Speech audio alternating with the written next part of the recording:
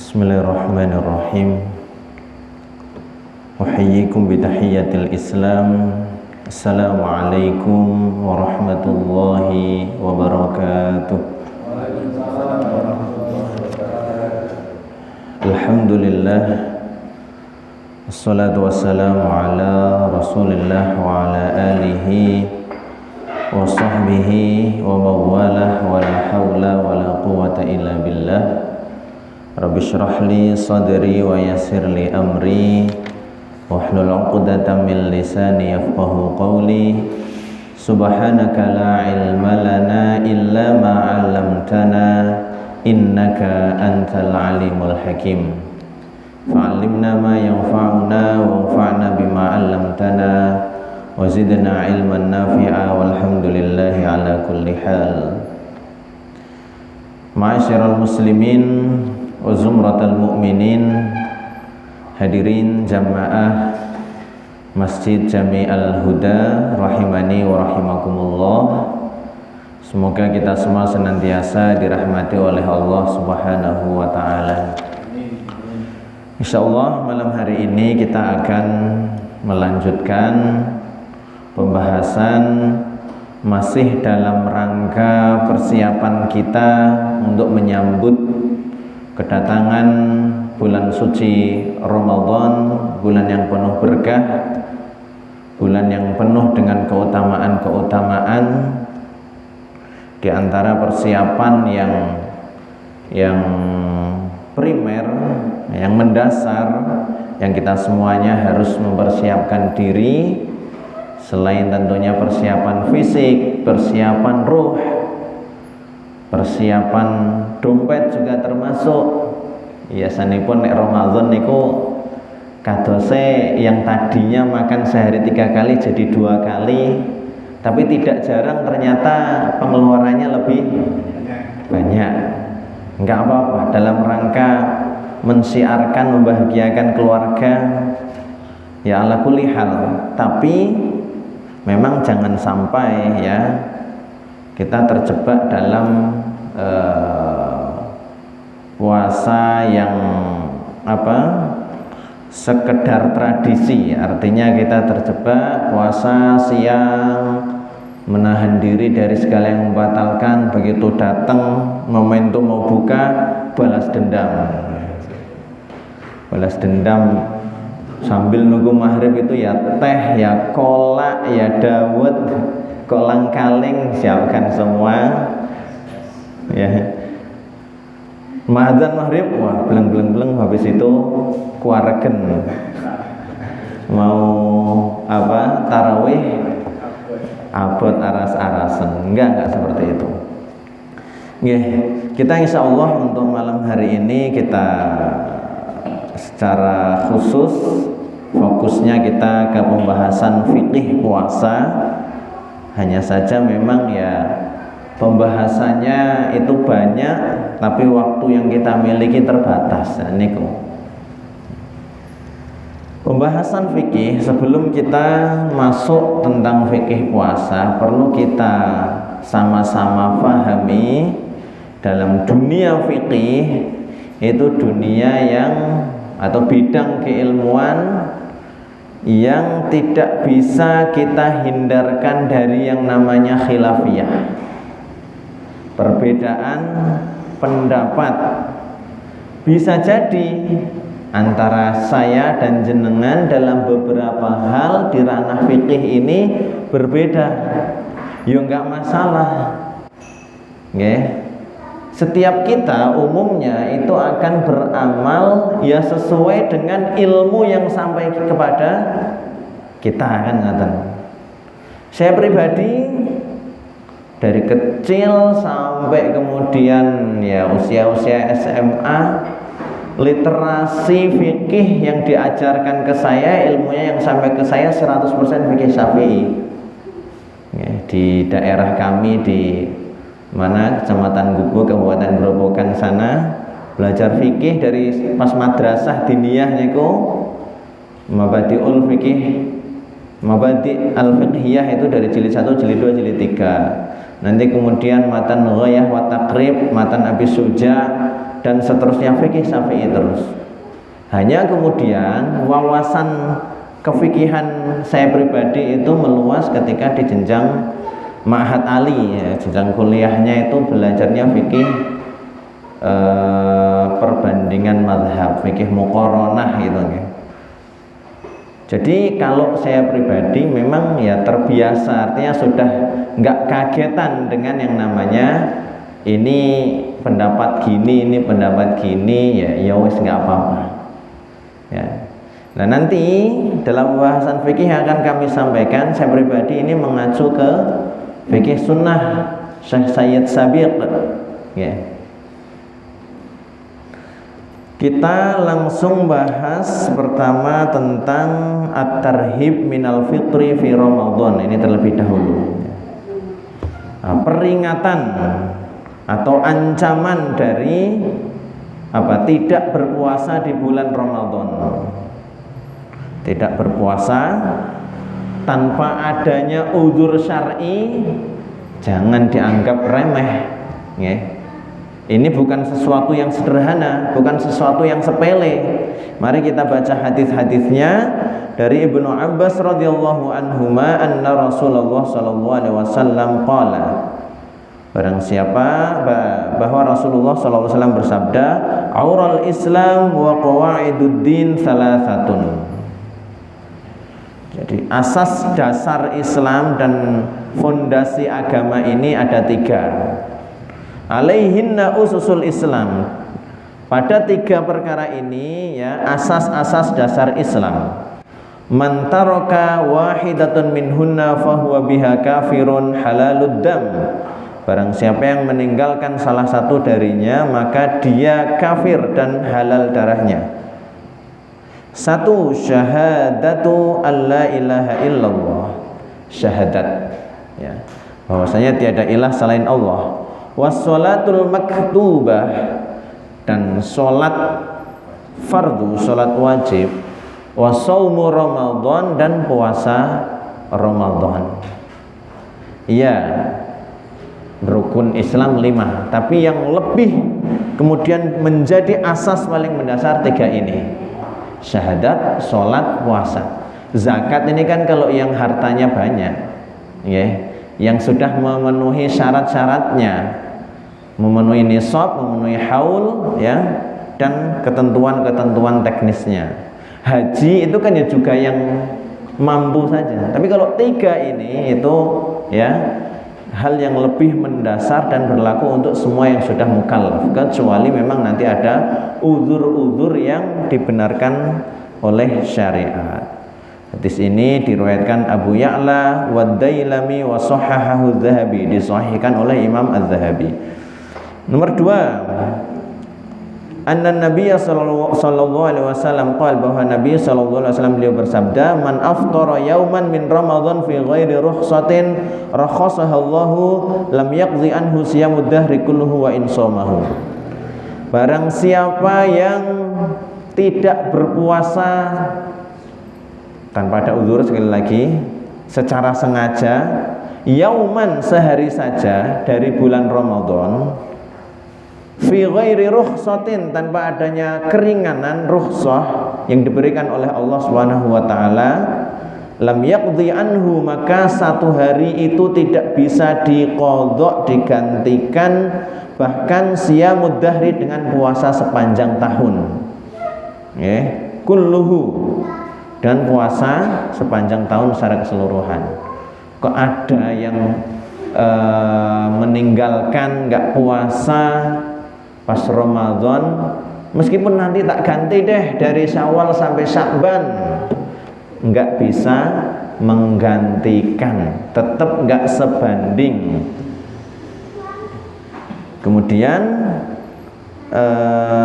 waqala al-Bukhari, dan Imam Bukhari mengatakan, wa yudhkaru an Nabi Hurairah, dan disebutkan dari Abu Hurairah, rafa'ahu, man aftara yawman min Ramadan min ghairi udhrin wala maradin lam yaqdihi shaumud dahri wa in shama. Kurang lebih sama. Barang siapa yang yang tidak puasa sehari saja dari Ramadan tanpa adanya uzur, tidak pula dia sedang sakit, maka ia tidak bisa menggantinya meskipun dengan puasa sepanjang tahun.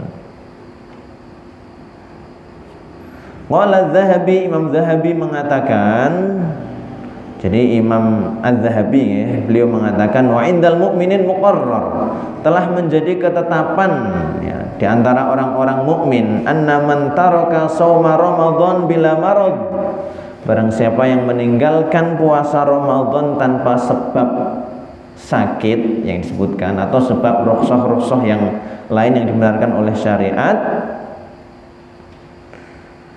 fa innahu syarrun minaz zani wa mudminul khamri bal yashukuna fi islamihi wa yadhunnuna bihi zandaqah wal inhilal. Nauzubillah min dzalik. Di sini disebutkan ia itu lebih buruk dari pezina dan peminum khamr. Bal yashukuna fi islamihi, bahkan orang-orang itu meragukan keislamannya. Kalau ada orang kok kemudian enggak puasa secara sengaja pas Ramadan padahal Allah mewajibkan puasa, itu keislamannya diragukan. Wa yadhunnuna bihi zandaqah, dan diduga atau terduga indikasi dia zindiq. Zindiq itu apa ya? Munafik gitu. Bima yathbutu syahr. Nah niki mulai pembahasan panas. Dengan apa bulan Ramadan itu ditetapkan? Ya.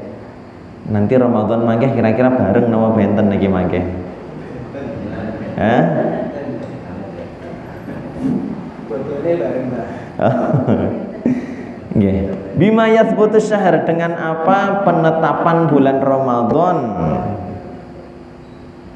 Disebutkan di sini yathbutu syahru Ramadan bi ru'yatil hilal walau min wahidi adlin aw ikmali iddati Sya'ban 30 yauman.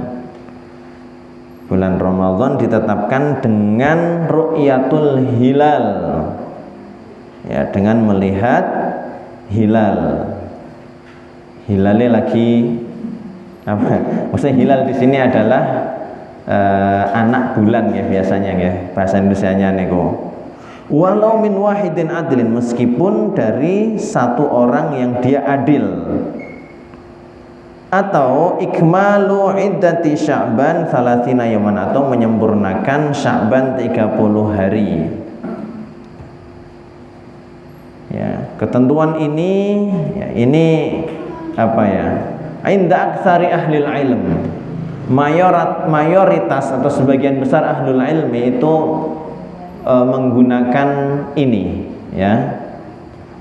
Yathbutu syahru Ramadan tadi, atau hadisnya langsung dari Ibnu Umar radhiyallahu anhuma qala, beliau mengatakan tara an-nasu al-hilal fa akhbartu Rasulullah sallallahu alaihi wasallam anni ra'aituhu fa shama wa amara an-nasa bi siyamihi. Ini riwayat dari Ibnu Umar radhiyallahu anhuma, beliau mengatakan orang-orang itu pada melihat hilal. Fa akhbartu Rasulullah, maka aku mengabarkan kepada Rasulullah. Rasulullah saat itu sebagai pemimpin umat. Jadi Ibnu Umar yang meriwayatkan, Ibnu Umar tidak kemudian langsung mengumumkan, menetapkan kepada umat, tapi disampaikan ke Rasulullah sallallahu alaihi wasallam. Fasoma, maka kemudian setelah mendapat kabar dari Ibnu Umar ini, Rasulullah mulai berpuasa. Wa amaron nasa bisiyamihi, dan memerintahkan orang-orang untuk berpuasa. Riwayat Abu Dawud dan Imam Hakim dan Ibnu Hibban, dan Imam Hakim dan Imam Ibnu Hibban mensahihkan hadis ini. Wa an Abi Hurairah, riwayat lain dari sahabat Abu Hurairah bahwa Nabi sallallahu alaihi wasallam bersabda, "Sumu li ru'yatihi." Berpuasalah kalian karena telah melihatnya, melihat hilal. Wa aftiru, dan berbukalah atau berfitrilah, maksudnya ya selesai Ramadan beridul fitri lah liru'yatihi juga dengan karena melihat hilal. Fa in ghumma alaikum, kalau mendung atas kalian, enggak terlihat hilalnya, fa akmilu iddata Sya'ban 30 yauman, maka sempurnakanlah bilangan bulan Sya'ban itu 30 hari. Rawahul Bukhari wa Muslim. Imam Tirmidzi mengatakan wal amal ala hadza inda aktsari ahli ilm. Ya, beramal atas ini itu ya yang berlaku bagi sebagian besar ahlul ilm. Nah, nanti meskipun dalam hal ini dalam perjalanannya ada khilaf, perputaran bulan seiring ilmu dan teknologi semakin berkembang bisa dihitung. Ada muncul ilmu hisab, ilmu astronomi, ya, dihitung bahkan Ramadan beberapa puluh tahun ke depan dihitung sudah bisa ketemu. Ya, sehingga ada sebagian dari kita yang ya cukup dengan ya udah ilmu hisab ini. Ada yang benar-benar kemudian ya ru'yah, ngelihat, ya pokoknya nek ngelihat poso, nek durung ngelihat benar-benar nggak terlihat ya udah Sya'ban digenapkan 30 hari. Nah sekarang kemudian dalam perkembangan ijtihadnya ya makai hisab dikombinasikan dengan ru'yah, tapi standar penetapan bulannya adalah dengan imkanur ru'yah, ya, dimungkinkannya derajat hilal itu sudah terlihat dari bumi. Jadi ada standar niki, wujudul hilal. Wujudul hilal itu ya terjadinya hilal, pokoknya sekian derajat meskipun kecil hilal itu sudah terjadi, sudah masuk bulan. Ada kemudian yang menyanggah, oh enggak, dulu kan di zaman Rasulullah bukan terjadinya hilal di ruang angkasa sana, tapi bagaimana hilal itu telah terlihat dari bumi, telah nampak, sehingga penetapan derajatnya dulu 2 derajat. Kemudian ada kesepakatan yang terbaru dulu itu, yang Menteri Agama Malaysia, Brunei, Indonesia, Singapura, ya, MABIMS, ditetapkan, diputuskan hasil musyawarah 3 derajat. Mulai sering nggak ketemu kan ini ketika dengan standar 3 derajat. Muhammadiyah meskipun 0, sekian derajat itu sudah masuk bulan. Makanya akhir-akhir niki sering benten, ya udah nggak apa-apa. Ya. Cuman memang kalau dalam madhab Syafi'i yang dipakai untuk itsbat am, penetapan umum, itu wewenangnya ada di hakim dan harus menggunakan ru'yah dalam madhab Syafi'i. Itsbat am itu adalah sebuah penetapan yang mengikat untuk seluruh orang, seluruh rakyat, seluruh warga negara kaum muslimin. Dibolehkan bagi yang meyakini akurasi kebenaran hisab untuk mulai berpuasa dengan hitungan hisabnya itu, tapi hanya berlaku bagi person-person tertentu atau orang-orang yang mempercayai dan meyakini itu. Tidak bisa dijadikan sebagai penetapan umum, namanya itsbat khas, penetapan khusus. Sama juga nanti akan ada pembahasan kalau ada orang yang melihat hilal sendirian, ya, yang lainnya nggak ada yang lihat. Nah kemudian ya persaksiannya itu diragukan, tapi bagi dia ngaku ngelihat, itu bagi dia secara pribadi mulai wajib puasa. Jadi itu faman syahida minkumus syahra falyasum, barang siapa yang telah menyaksikan di antara kalian datangnya bulan Ramadan itu, falyasum, hendaklah dia berpuasa. Nah, kemudian di sini juga ada pembahasan tentang ikhtilaful matali', perbedaan matla'. Matla' itu apa? Dari kata tola'a, terbit, matla' tempat terbit. Artinya nanti di kalangan ahli fikih itu ada pembahasan, dan ini juga khilaf. Apakah ketika di suatu negeri Islam sudah ada yang melihat hilal, itu kemudian berlaku untuk seluruh wilayah, untuk seluruh umat, atau ya bisa saja antara di suatu bagian negeri tertentu sudah melihat, di negeri lain belum melihat, sehingga nanti ya awal Ramadannya dimungkinkan untuk berbeda. Ada pembahasan ini juga. Jadi perkara awal Ramadan itu ya pertama tentang metodenya, kedua tentang satu bumi, umat secara keseluruhan, negeri-negeri Islam secara keseluruhan itu cukup dengan satu matlak, satu ru'yah global, atau dengan ya masing-masing wilayah dengan ru'yahnya sendiri-sendiri. Itu juga khilaf. Yang disahihkan, yang paling kuat itu ternyata antara satu wilayah negeri dengan yang lain itu dengan ru'yahnya sendiri-sendiri, dan dimungkinkan saja kemudian berbeda. Ini disandarkan pada ya hadis riwayat Quraib, sahabat Quraib. Dia mengatakan, qadimtu Syam,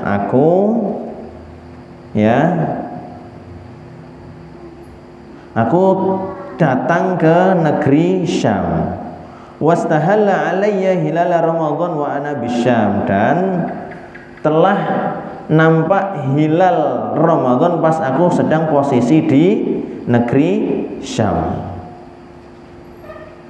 Fara'aitul hilala lailatal jum'ah, aku melihat hilal itu pada malam Jumat.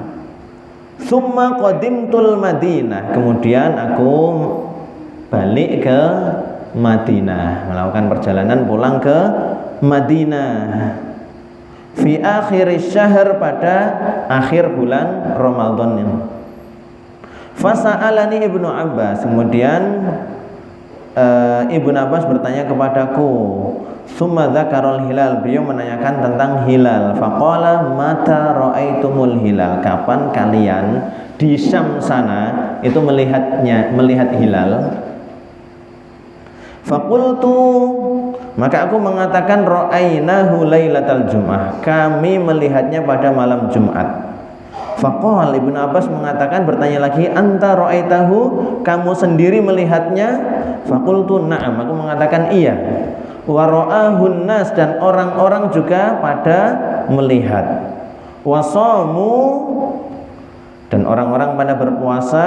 Wasoma Muawiyah, dan Muawiyah juga berpuasa. Muawiyah yang saat itu diamanai menjabat gubernur Syam. Ya. Faqala, kemudian Ibnu Abbas yang posisinya di Madinah itu mengatakan, lakinna ra'ainahu lailatas sabt, akan tetapi kami melihatnya itu pada malam Sabtu. Fala nazalu nasumu hatta nukmila 30, maka kami akan tetap berpuasa hingga kami menyempurnakan 30 hari. Au narahu, atau kami telah melihat hilal Syawal. Faqultu ala taktafi bi ru'yati Muawiyah wa siyamihi, tidakkah engkau mencukupkan dengan ru'yahnya Muawiyah dan puasanya? Faqala, maka Ibnu Abbas berkata, la, tidak, hakadza amarona Rasulullah sallallahu alaihi wasallam, seperti inilah Rasulullah sallallahu alaihi wasallam memerintahkan kepada kami. Rawahu Ahmad wa Muslim wa Tirmidzi. Di zaman sahabat dulu telah terjadi perbedaan awal Ramadan di wilayah Syam dan Madinah. Artinya ya, perbedaan Ramadan ketika ya memang antara negeri wilayah ini dengan negeri wilayah lain itu menggunakan ru'yahnya masing-masing dan bisa-bisa saja kemudian berbeda. Hanya saja memang berbeda di satu wilayah yang sama ya, itu agak unik memang ya.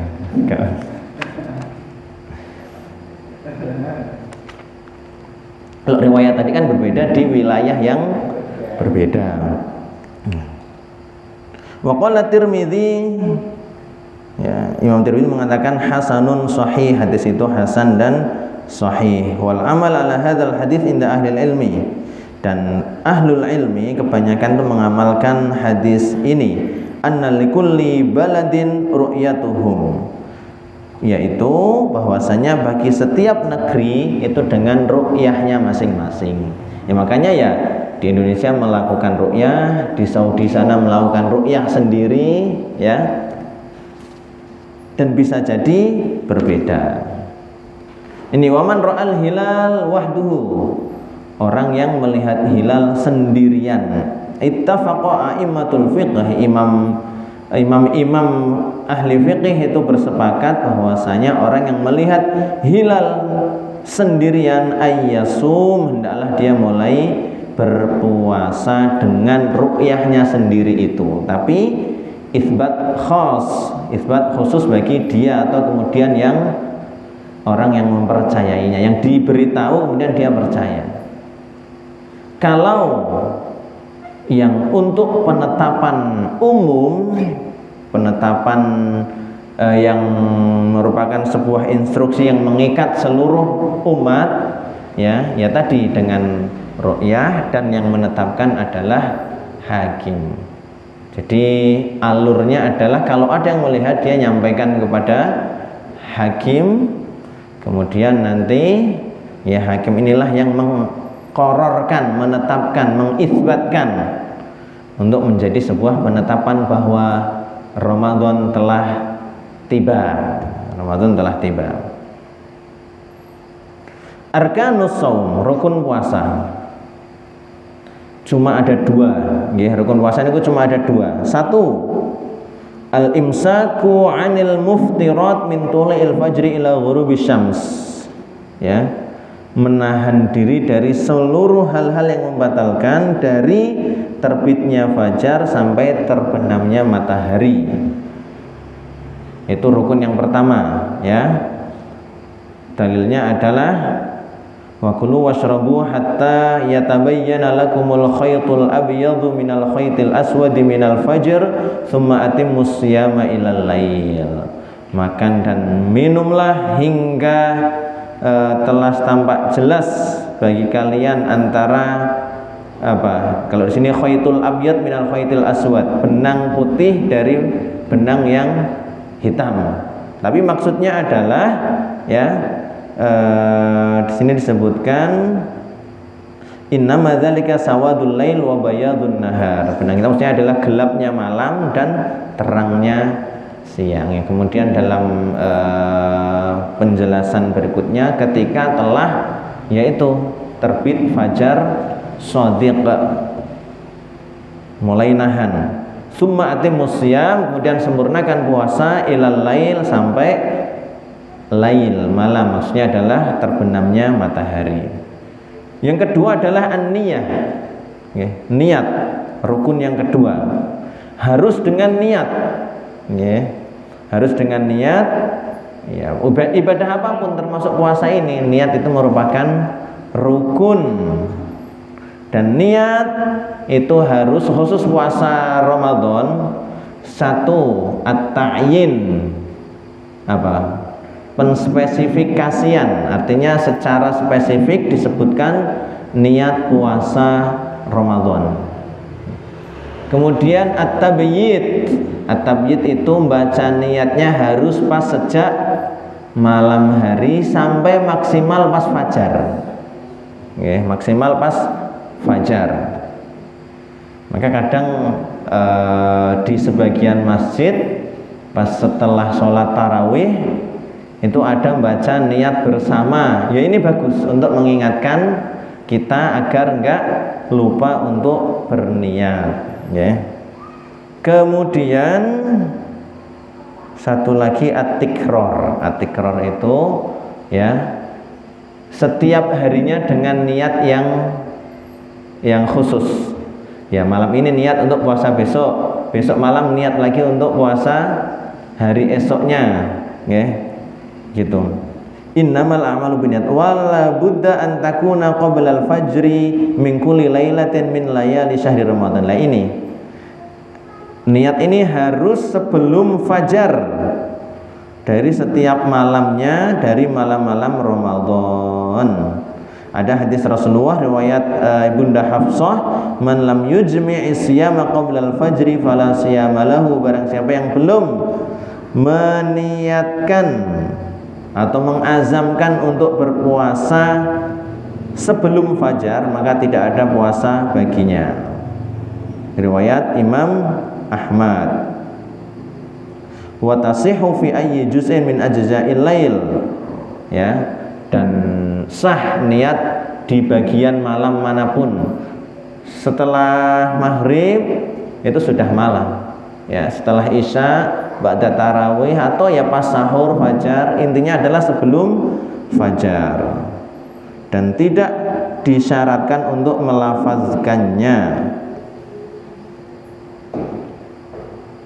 Nah, cuman di sini nggih, kalau menurut Syekh Sayyid Sabiq dalam kitab fikih sunnah ini, faman tasahhara bil lail, barang siapa yang kemudian makan sahur di malam hari, qasidan asyam, ya, ia ya telah secara tidak langsung berarti meniatkan untuk puasa besok, ya. Tidak harus dengan lafaz khusus, tidak harus dengan menggerentekan secara khusus di dalam hati.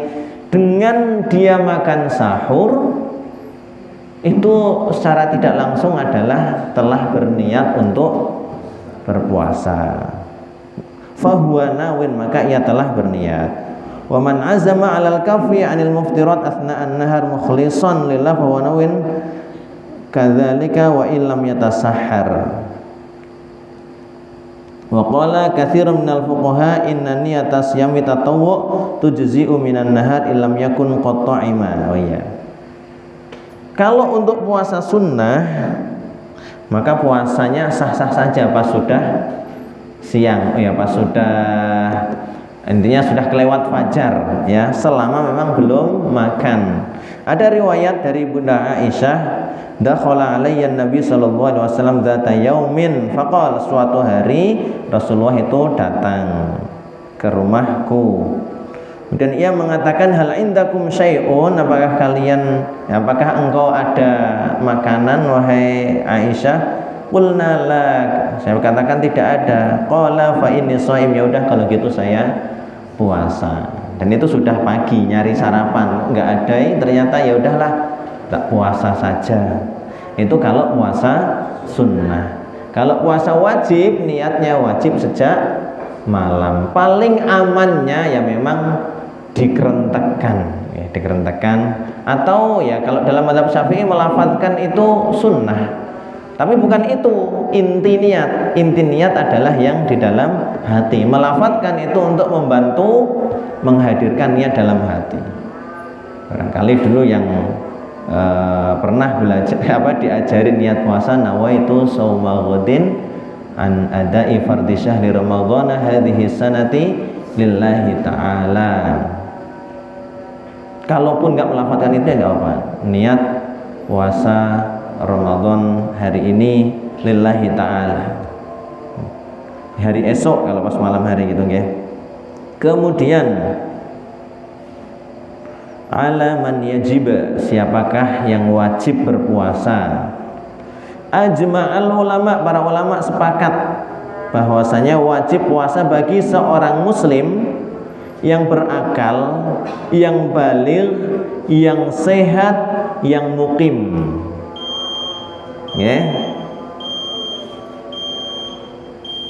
Muslim, berakal, baligh, sehat, mukim.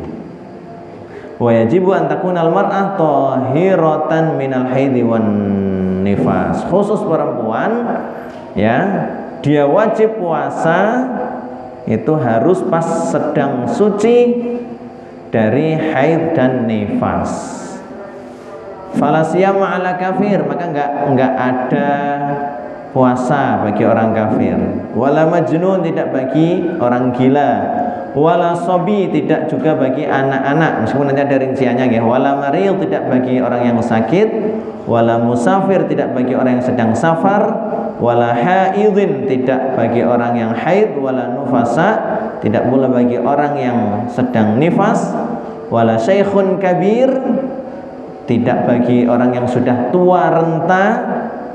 Wala hamil wala murdi', tidak wajib bagi orang yang sedang hamil dan orang yang sedang menyusui. Sebagian dari mereka itu enggak ada kewajiban puasa secara mutlak seperti orang kafir. Orang kafir enggak ada kewajiban puasa atas mereka, yang wajib puasa itu yang muslim. Tapi apakah berarti kan enggak wajib puasa, berarti nanti enggak dosa dong kalau enggak puasa? Enggak gitu. Orang kafir itu pertama dia berdosa atas kekafirannya. Karena dia kafir, dia nggak kena kewajiban-kewajiban dalam Islam, tapi nanti tetap mendapatkan dosa atas cabang-cabang amalan Islam. Dapat dosa atas kekafirannya, plus dapat dosa atas tidak puasa, atas tidak sholat. Kemudian sebagian itu ada yang dia nggak wajib puasa, tapi diminta bagi walinya atau orang tuanya untuk memerintahkan berpuasa latihan, itu anak-anak. Wa ba'dhum yajibu alaihil fitru wal qadha, sebagian wajib dia untuk membatalkan, untuk tidak puasa dan nantinya wajib mengqadha, orang yang haid dan orang yang nifas. Wa ba'dhum yurakhasu lahum fil fitri wa tajibu alaihil fidyah. Sebagian itu diberi rukhsah, boleh tidak berpuasa, tapi nanti wajib bayar fidyah. Dan semua ini pembahasan rincinya sebagai berikut. Bisa ya. Jadi orang yang enggak berpuasa nanti itu konsekuensinya beda-beda. Konsekuensinya beda-beda. Udhurnya ini nanti konsekuensinya gini. Itu ada rincian ilmunya. Kalau orang yang kafir dan orang gila secara mutlak dia tidak kena kewajiban puasa. Tadi anak-anak dia nggak wajib berpuasa, tapi orang tuanya diminta untuk mulai melatih, diajak, diperintahkan, tapi belum wajib, tapi dalam rangka apa? Pembiasaan. Nanti pas sudah sampai usia taklif itu sudah terbiasa, sudah sering latihan, jadi langsung siap, sama kayak sholat seperti itu. Nah kemudian yang mendapatkan rukhsah boleh nggak puasa, dan kemudian nanti konsekuensinya adalah bayar fidyah, itu satu syekh kabir, orang yang sudah tua renta, sudah tidak memungkinkan untuk bisa puasa, nggak mungkin nanti dapat kesempatan untuk bisa mengqadha, itu bayar fidyah gantinya. Kemudian baik laki-laki maupun perempuan wal marid alladzi la yurja bur'uhu, orang yang sakit yang harapan sembuhnya nggak ada, sakit sudah nggak bisa apa-apa, dia cuma baring, puasa nggak bisa. Apakah nanti akan ada kesempatan untuk mengqadha? Dugaan kuat manusiawi nggak ada kesempatan lagi, maka bagi dia bayar fidyah. Nggih. Kemudian kalau di sini disebutkan sama Syekh Sayyid Sabiq, orang-orang yang pekerjaannya itu pekerjaan yang rekoso, ya, rekoso, abot.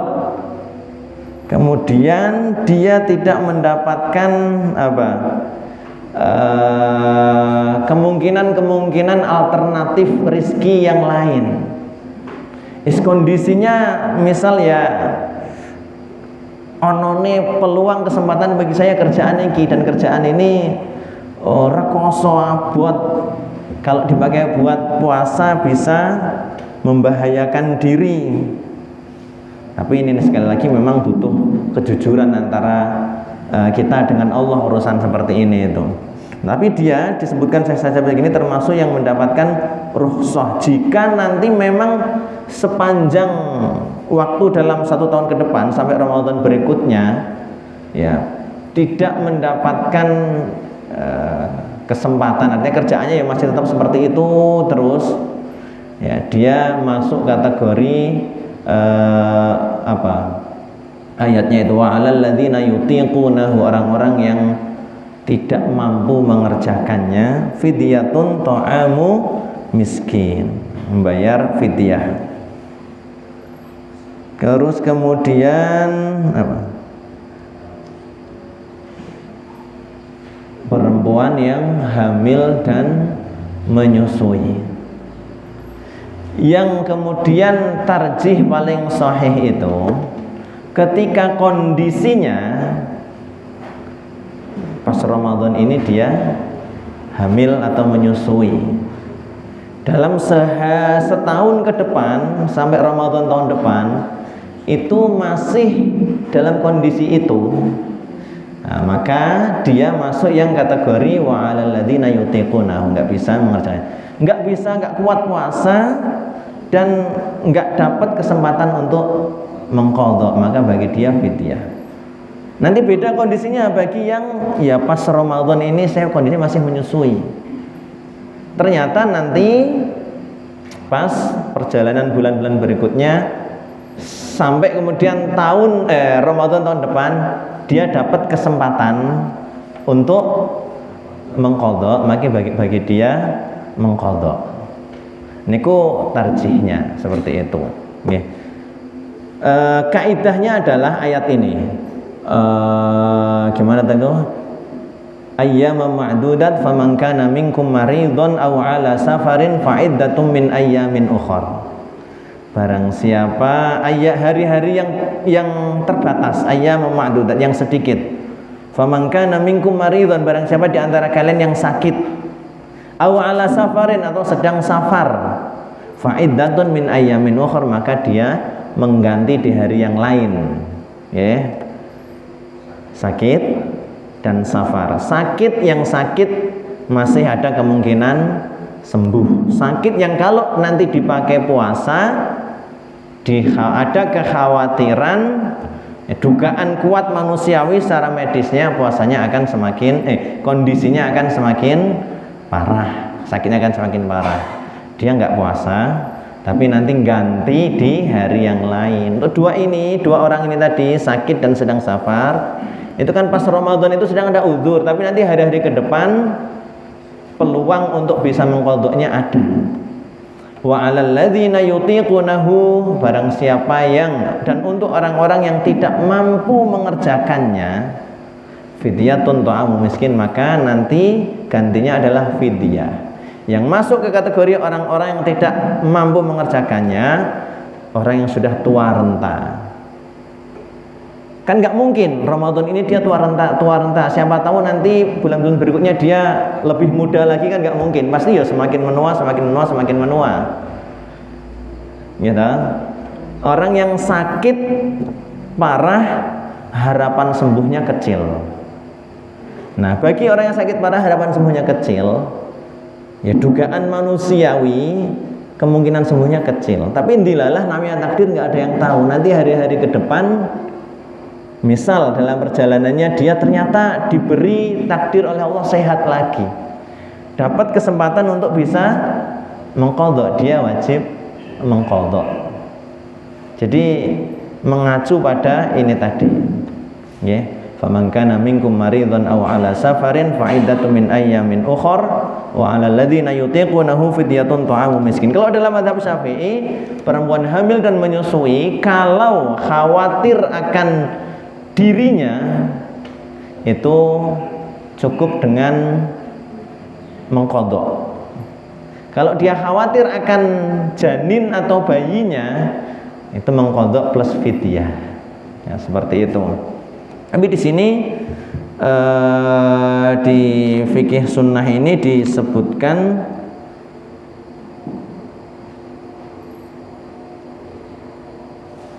ya pendapatnya Ibnu Umar dan Ibnu Abbas, wal hubla wal murdi idza khafata ala anfusihima wa auladihima aftarata wa alaihimal fidyah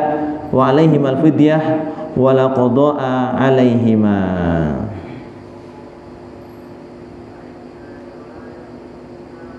Ya, orang yang hamil atau yang menyusui, kalau dia khawatir akan dirinya dan anak-anaknya ketika puasa, kemudian dia membatalkan puasanya, wa alaihimal fidyah, atas keduanya itu fidyah wala qada'a alaihima, dan tidak ada qada atasnya.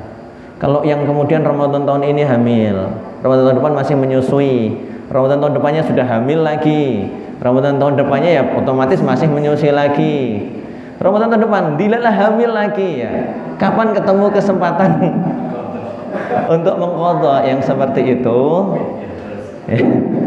Cukup diganti dengan fidyah, ada rukhsah. Kadang ngenten lho sing ngoten niku.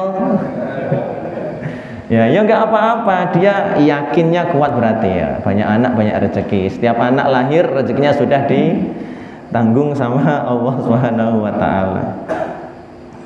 Ini tadi. Kemudian yang mendapatkan rukhsah boleh enggak puasa, cukup ganti dengan qadha. Tadi orang yang sakit yang ada kemungkinan sembuh dan orang yang sedang safar. Ya. Sakitnya di sini tentunya kalau yang pendapat kuat itu sakit yang parah, kalau dipakai puasa akan bertambah. Ya, atau kalau dipakai dengan puasa sembuhnya akan semakin lama. Itu yang menjadi uzur boleh tidak puasa. Kalau cuma misal flu ringan masih memungkinkan kuat puasa, ya tetap puasa. Sariawan ya tetap puasa. Ya. Ya.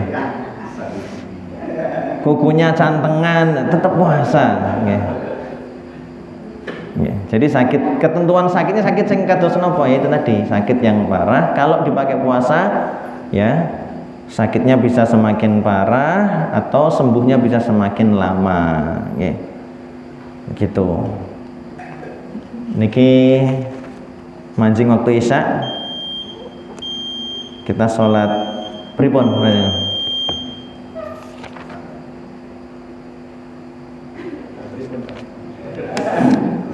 Nggih, sedikit malih.